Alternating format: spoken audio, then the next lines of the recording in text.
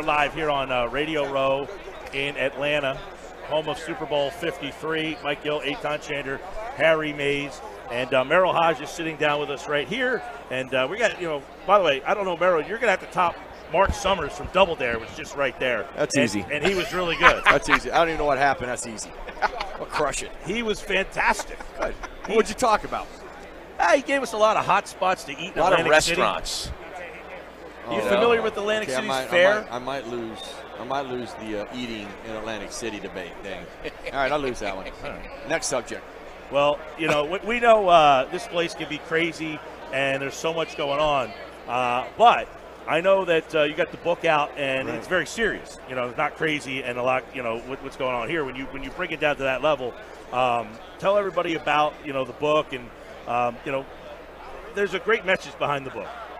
Right. I will tell you this. The book is actually, the title is Brainwashed.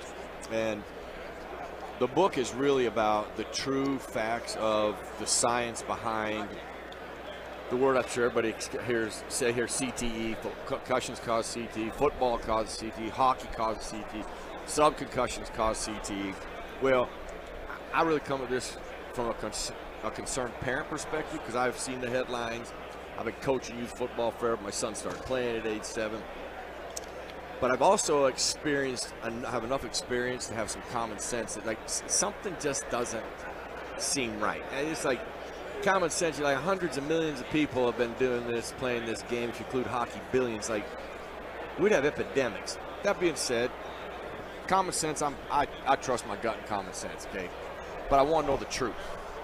So I sit down with every neuropathologist that will sit down with me individually, and I say that because I didn't take your word or your word or your word. I took your word, your word, your word, your word individually to get your own views so that I could collect them and see what is the common denominator. What's the common theme coming out of this? And every one of them in this country and in Canada would keep saying the same thing. When I'd say, explain CT, what is it? They would always start out with, Merrill, it's a pattern. We don't know what causes it, and we don't know what it causes. We're observing it. We have people who have the CT pattern, never played football, never played hockey, never played contact sports, never had a concussion, never had a history of head trauma. Timeout. You have cases that don't even exist in sports. They're like nearly 100. There's only 300 in the world, too, by the way.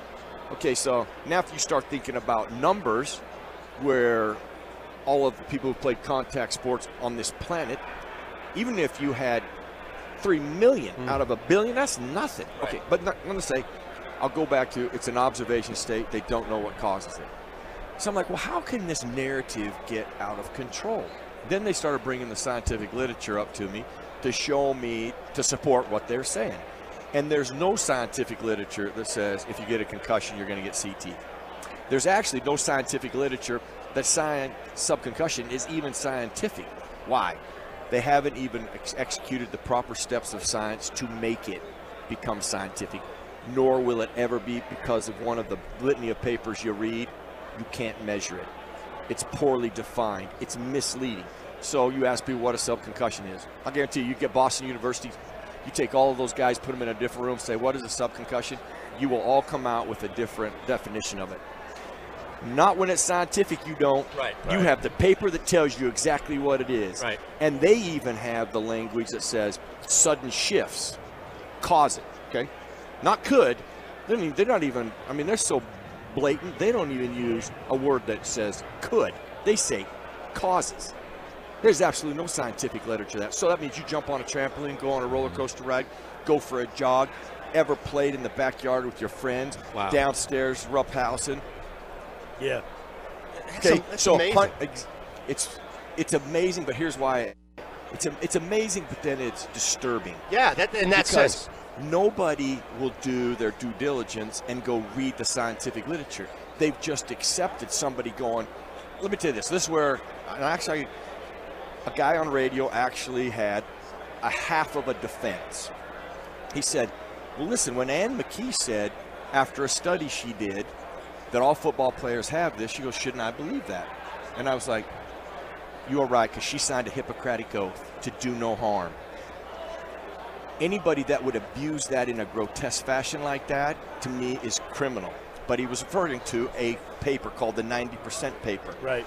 In the scientific literature, she wrote, it says, caution, the disclaimer at the bottom, you can't use this particular research because the methodology was so bad. It's a biased study. They did 2 different testing to get samples. That'd be like giving you one test and you a different test, 2 different and then giving the test and going, oh, you guys are the exact same. Right.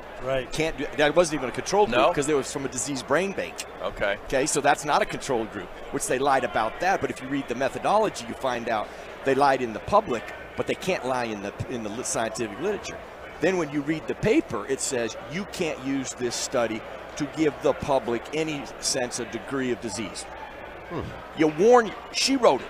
Right. Then she's in the public saying, I got to believe after doing this study, every football player has it, when it clearly states in there, because it is such a putrid use of science. It's the lowest level, bottom barrel degree of science you could ever do.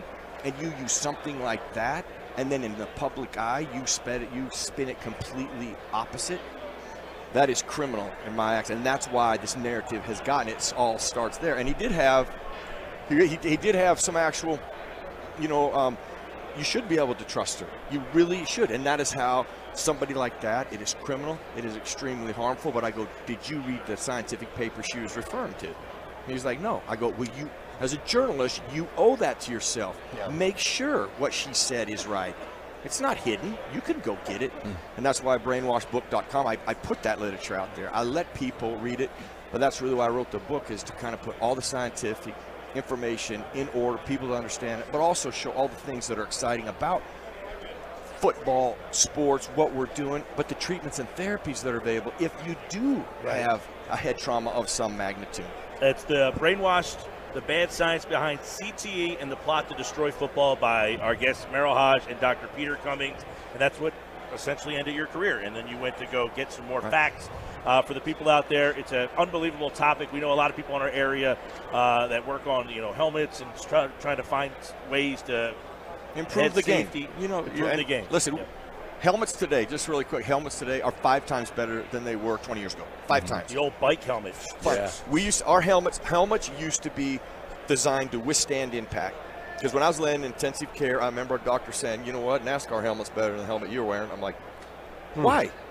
They go, because NASCAR helmets are meant to absorb impact.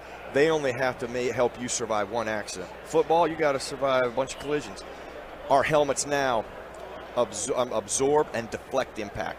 I mean, a whole nother layer. I mean, that doesn't mean you can't have a concussion. And I'm not saying helmets, you wear a helmet. There's no concussion-proof helmet. It does not exist.